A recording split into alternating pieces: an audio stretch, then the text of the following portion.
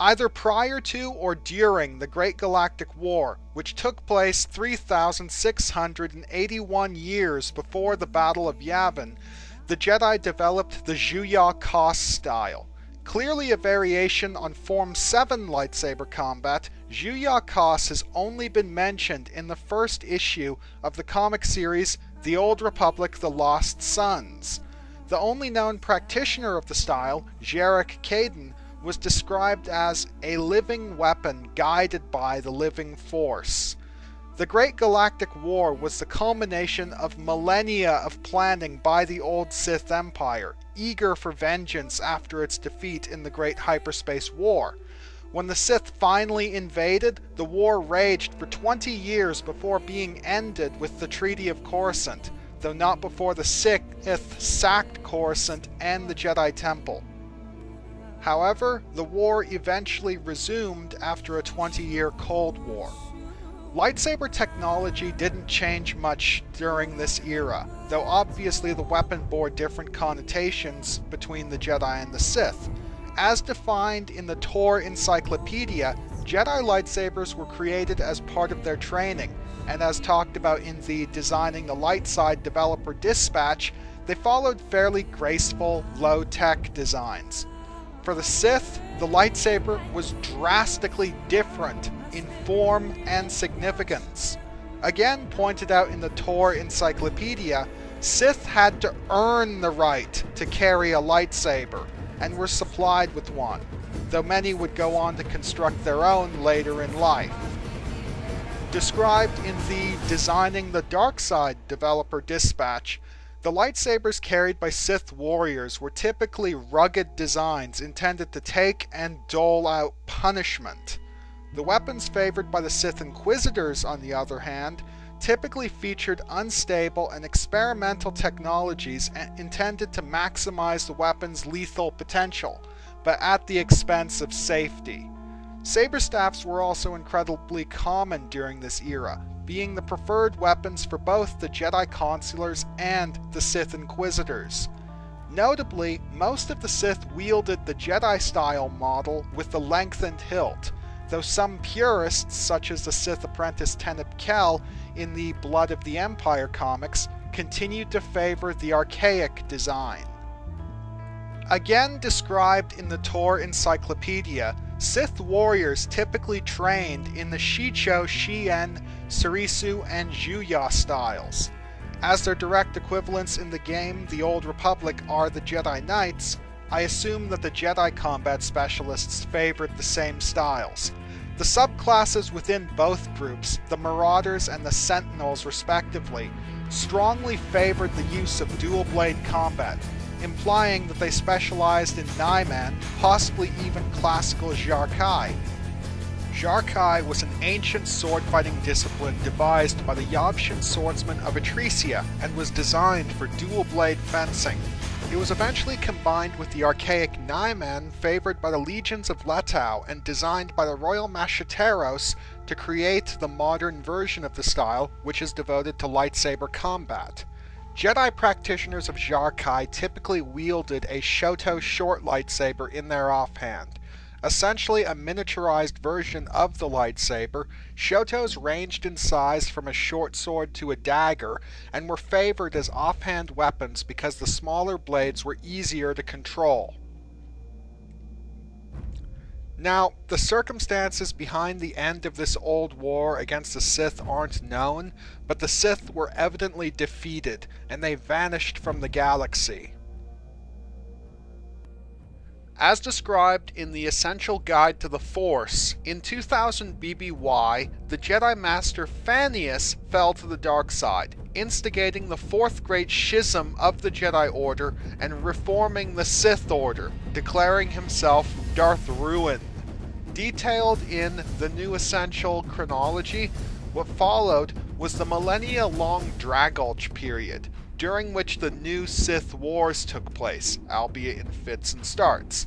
1,000 years of continuous warfare just isn't a sustainable practice for any civilization, and even the warmongering Sith need a break every now and again.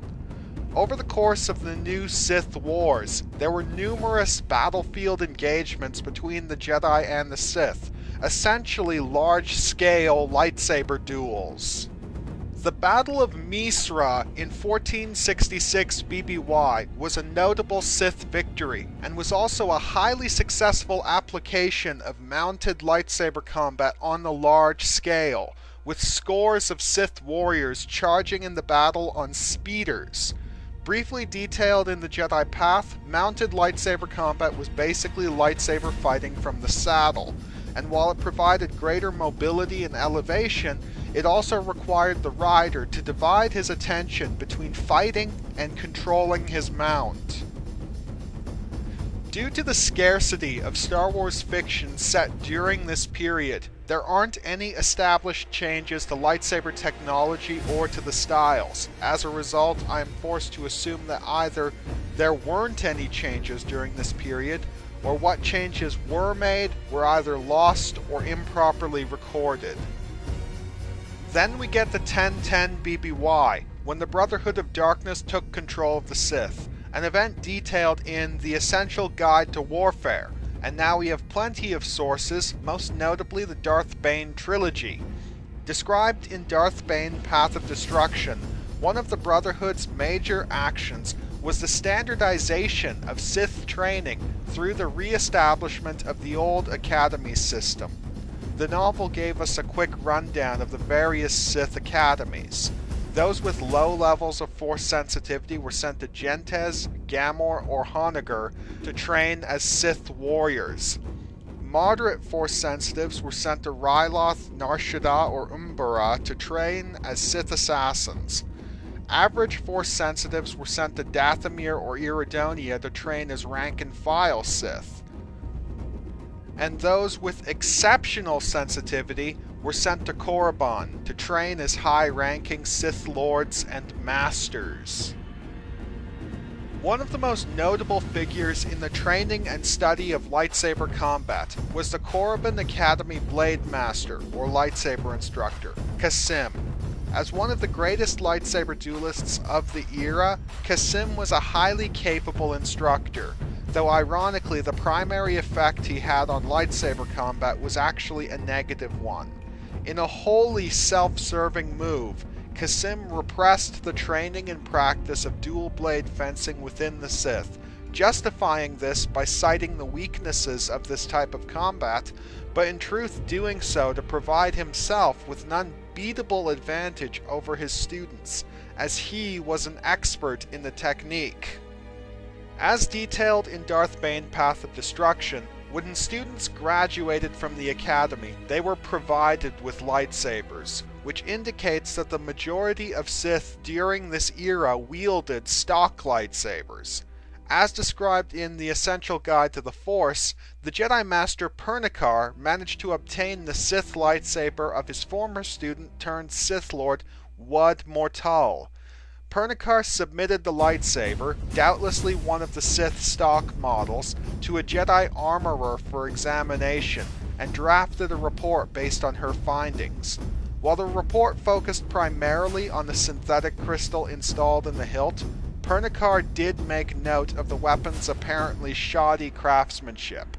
However, not all Sith during this period wielded stock lightsabers. Notably, Kasim wielded a set of paired lightsabers. Paired lightsabers were two lightsabers which joined together to become a saber staff, a fairly simple variation. Kasim wielded a fairly standard version of the weapon, typically leaving the hilts connected and passing his weapon off as a saber staff. However, the weapon wielded by the Sith Lord Arcadia Calamandra in 1032 BBY was somewhat more elaborate. Featured in the novel Knight Errant, her version of the weapon combined the design of the paired lightsaber with the saber cane, and was essentially two lightsabers connected to an ornamental metal bar, allowing her to disguise the weapon as a ceremonial staff. However, when triggered, the weapon could then be wielded as a saber staff with a considerably lengthened haft, and when necessary, Arcadia was able to disconnect the weapons from the bar for dual blade fencing. In 1000 BBY, the new Sith Wars finally concluded, ending in Jedi victory and Sith defeat. As depicted in Darth Bane Path of Destruction, and detailed in the Essential Guide to the Force among other sources, the Sith defeat was brought about by the betrayal of Darth Bane, who tricked the Sith leaders into using the Thought Bomb, an ancient Sith doomsday weapon. The Brotherhood of Darkness destroyed itself along with a significant portion of the Jedi army, and Bane, now the galaxy's sole Sith Lord, took the Sith Order into hiding, enacting the Rule of Two. During the war, the dueling-centric Makashi style experienced a major surge in study and practice, as lightsaber duels between Jedi and Sith on the battlefield were commonplace, practically everyday occurrences, as detailed in the Jedi Path. However, the deaths of the overwhelming majority of Sith, and the fact that any remaining Darksiders were smart enough to keep their heads down, caused the odds of Jedi being engaged by lightsaber-wielding opponents to drop almost to zero.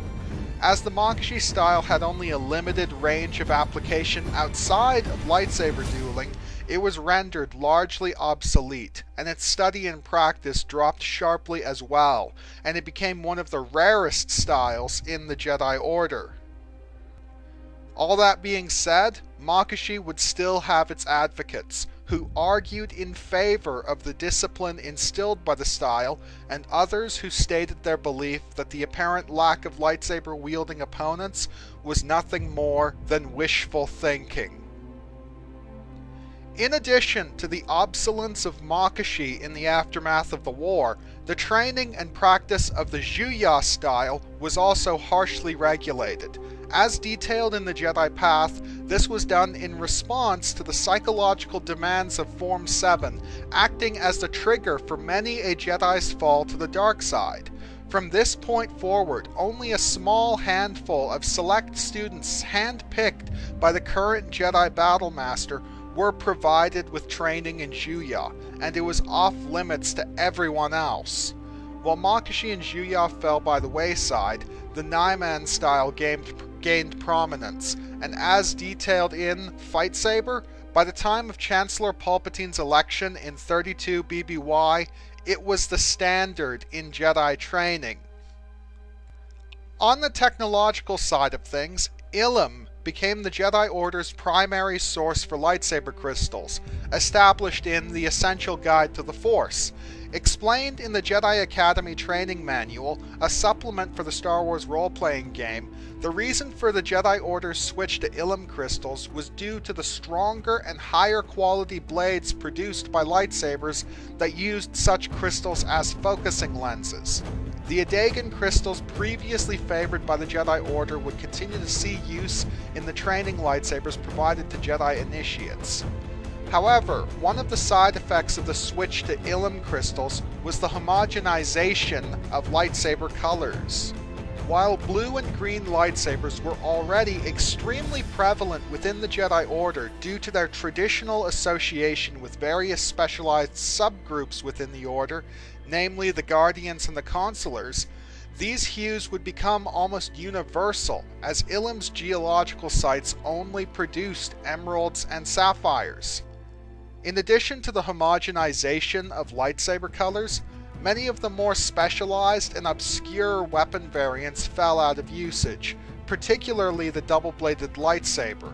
Specified in the Episode 1 Visual Dictionary, by 32 BBY, saber staffs were regarded purely as training weapons, and their usage in live combat was practically unheard of.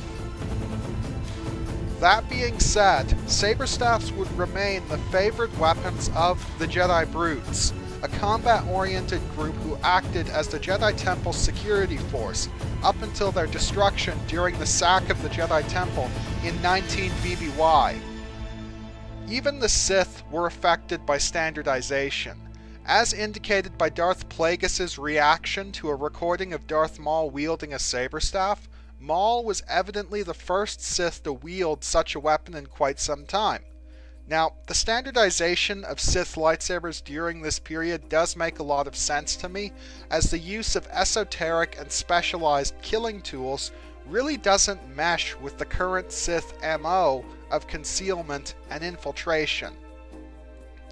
On the whole, lightsaber training and combat would become less and less important to the Sith, who mixed in various other forms of combat training, both the conventional and the esoteric, as well as advanced studies of the Force, all depicted in Darth Plagueis. That being said, almost every single Rule of Two Sith Lord was a master duelist on par with the greatest sword masters in the Jedi Order.